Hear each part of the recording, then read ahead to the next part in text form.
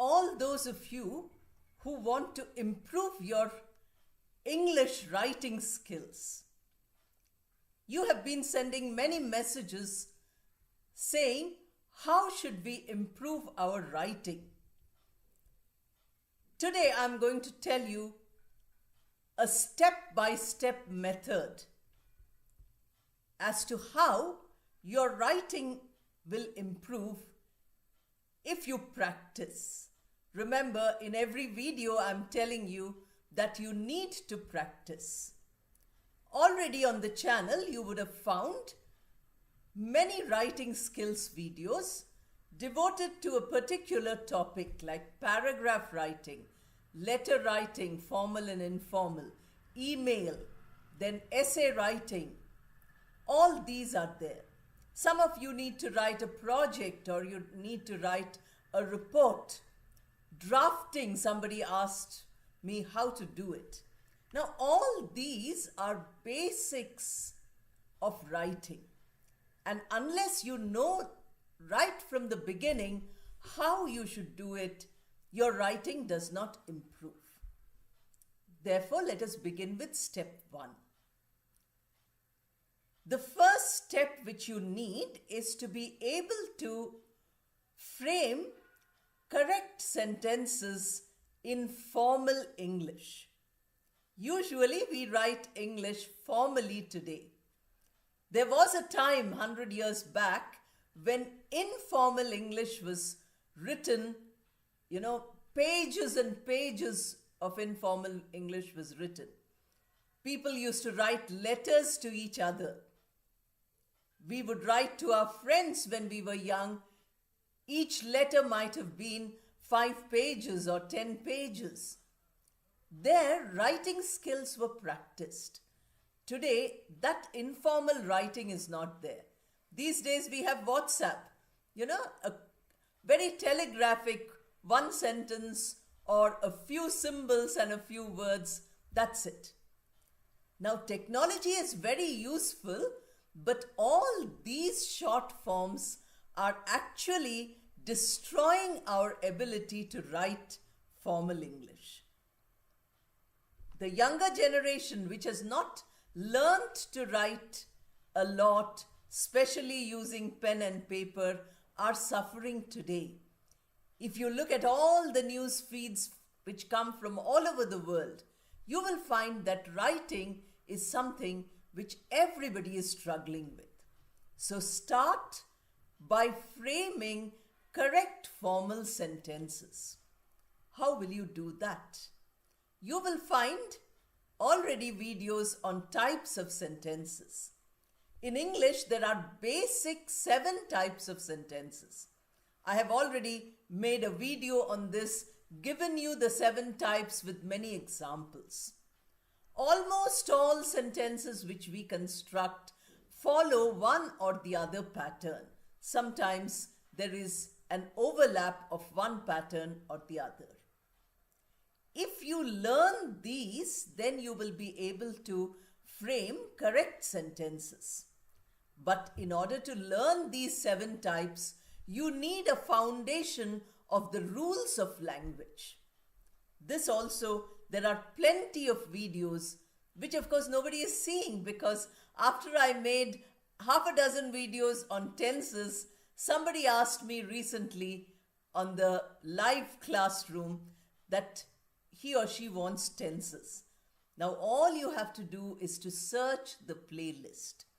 So the first step, as I told you, is to frame correct sentences. How will you know you're able to frame correct sentences? Unless you write something every day. Suppose you have an emotion. Today you are excited. Tomorrow you're unhappy. The day after you're bored. Another day you are eager. All these emotions spell an incident. Why is it that you are feeling angry or happy or sad or, excited? All these are because of something, happening in your life. Each happening changes your mood. So instead of just saying I'm very happy or I'm very angry, why don't you write a few sentences about it? It is not enough to say I'm very happy today. You must give a few sentences as to why you are happy. You can say, my boss praised my work.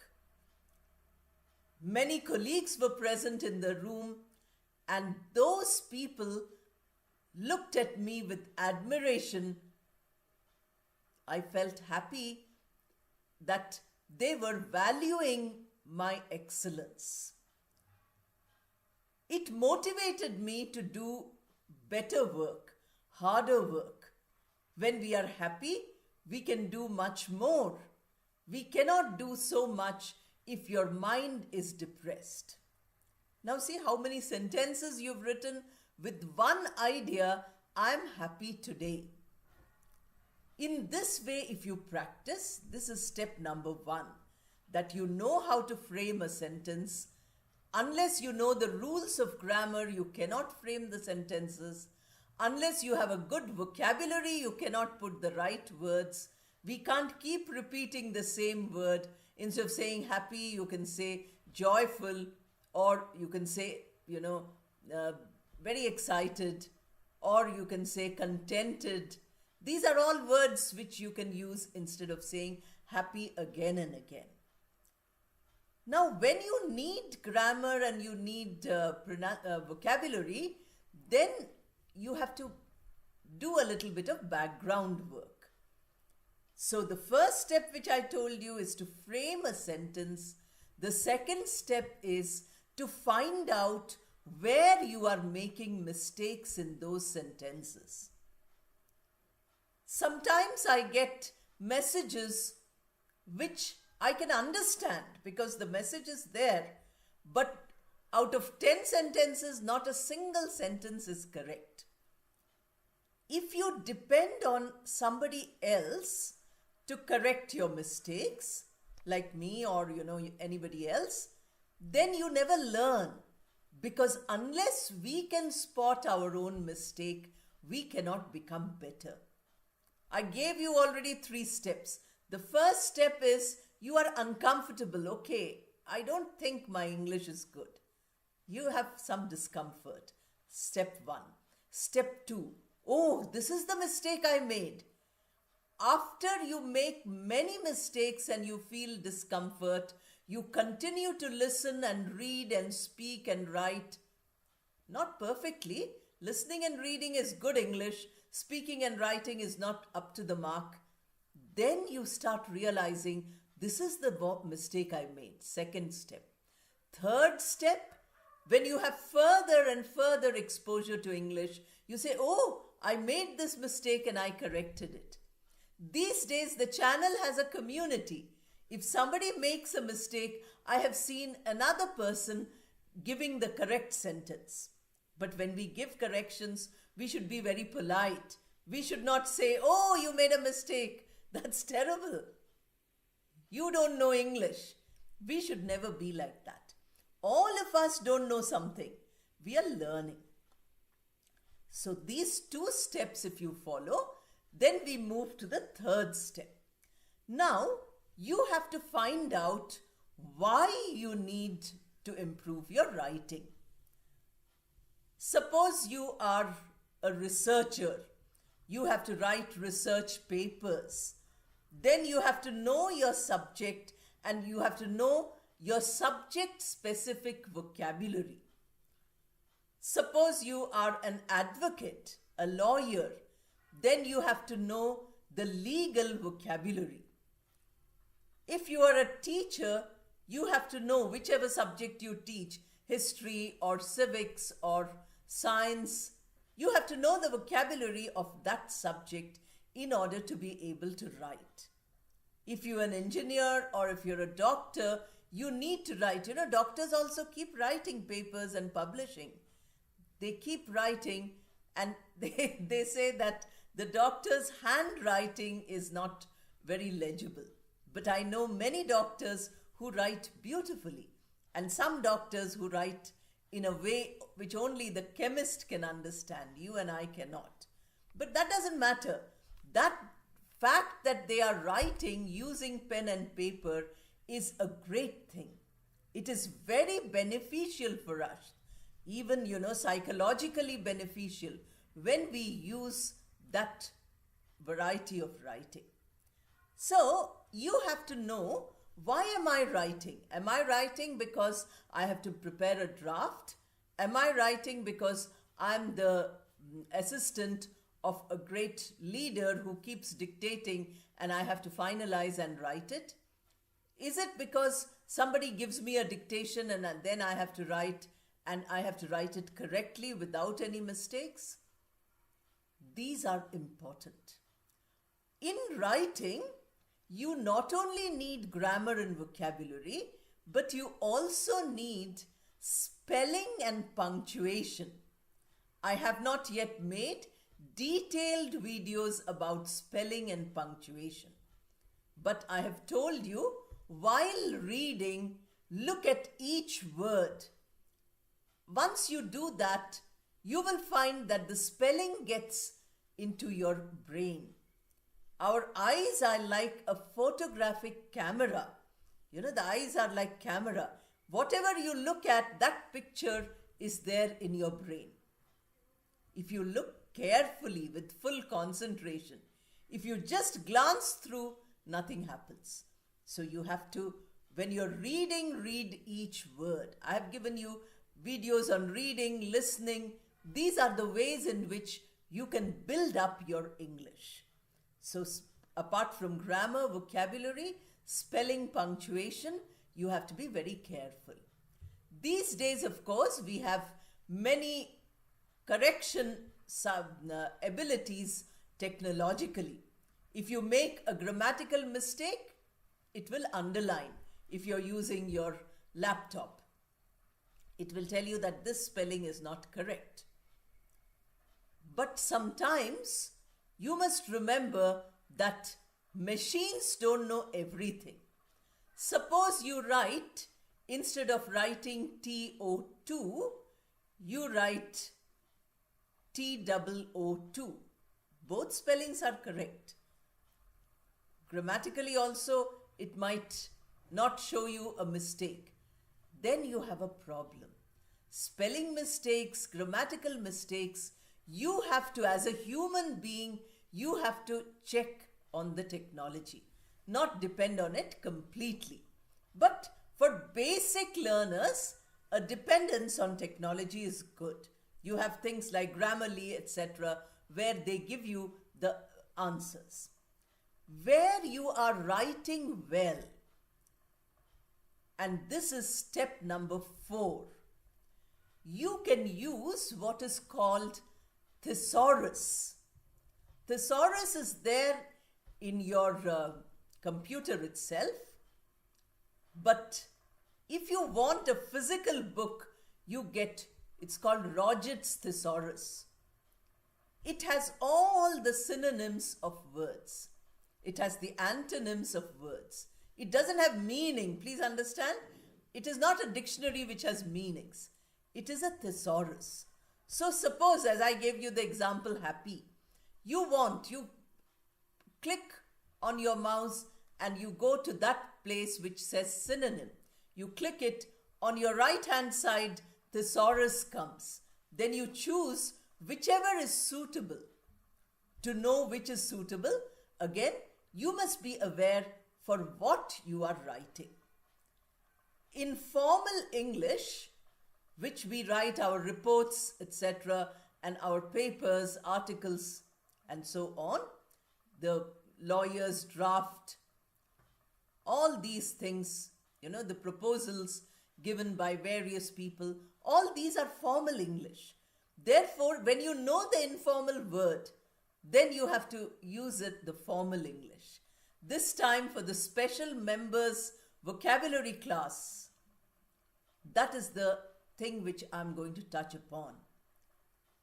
This is special class number 3 on vocabulary, where you find that the same word is used. Now, can you think of 2 or 3 synonyms? That is the way writing improves. So in step number 4, we already know grammar and vocabulary. We already know why we want to write. We already know that we need spelling and punctuation. We need to practice regularly. Now what I'm telling you is that you need to be able to think of 2 or 3 different alternatives to the word you are using. If the word you're using is informal, then change it to formal English.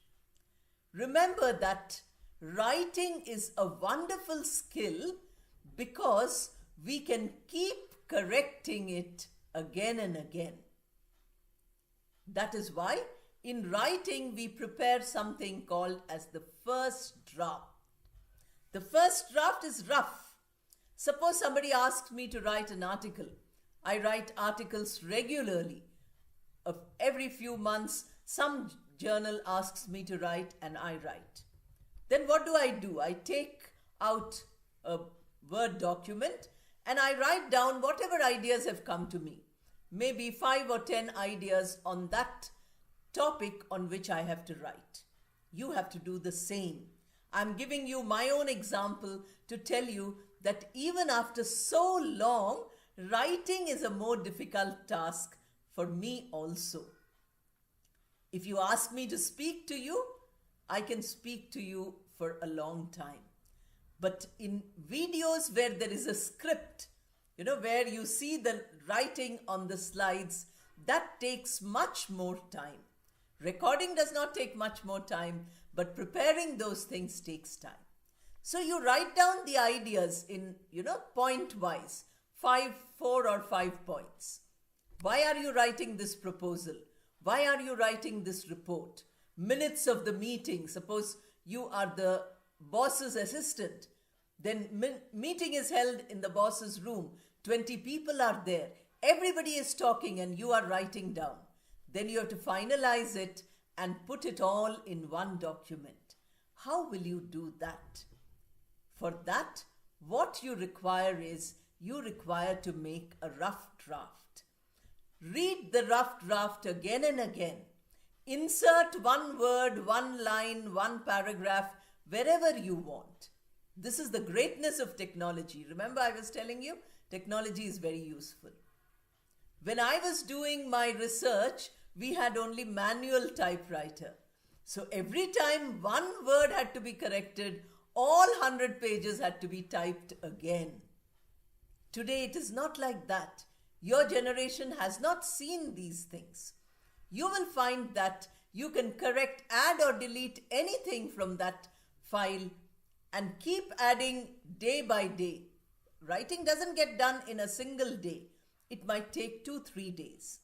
Then every time you read it, you have to, add or delete something. Suddenly an idea comes to your mind and you say, okay, this idea I skipped in para 4. So you add one sentence in para 4. In this way, you write. See that the first paragraph clearly tells the reader what is this about. And the last paragraph is completely the end, because the reader should not turn a page and see where is the next part. No, your writing itself should indicate that now this piece of writing has come to an end. Now the last step which I want to talk to you about is proofreading and editing. Check all spellings. Read it again and again till you are satisfied. That is a very important skill for writing. Unless you do that, you are not going to get a good writing. Suppose you have read it 10 times and you feel you are not able to see anything. Ask a friend to read. If you have somebody who can read, then you get it read by that person. If you don't have a friend, learn by the trial and error method. There is no better method than teaching ourselves. Somebody says, "Madam, please teach me every day." Now, every day in my 24 hours, I don't have 5 minutes to devote to any single student. Therefore, I can't do it. So the best way to do is to help yourself. That is why I keep telling you to write comments. Of the 300 videos, you have seen maybe a few. Write a long comment in each video, not only good morning, good afternoon, etc. If you write 10 sentences, that is practice. I might just read the sentence and say, that's a good comment, or you can improve. But you're practicing. Here is a forum where if you write a few sentences, all the audience on the channel will read it. I hope that when you watch the video, when you finish watching, you read the description and you also read the comments and the answers, the replies to each of the comments. If you read the description and you copy it, in school that is what we had to do. Every day we had to write one page, copying it from somewhere. That is the first 1 week or first 3 days you do copying. Take a text, copy it. Take your newspaper, copy it. You will get familiar with the process of writing. You will get familiar with spelling, punctuation, grammar, vocabulary, everything if you write like this for a week or 10 days. If you have no time, then 2-3 days. Then you stop this and you write whatever you copied, you write in your own words without remembering anything which, not copying exact sentence to sentence or phrase to phrase. Try these methods and then let me know how well your writing is progressing. If I get your feedback, that helps me to understand how much all of you are learning. So all the best and thank you.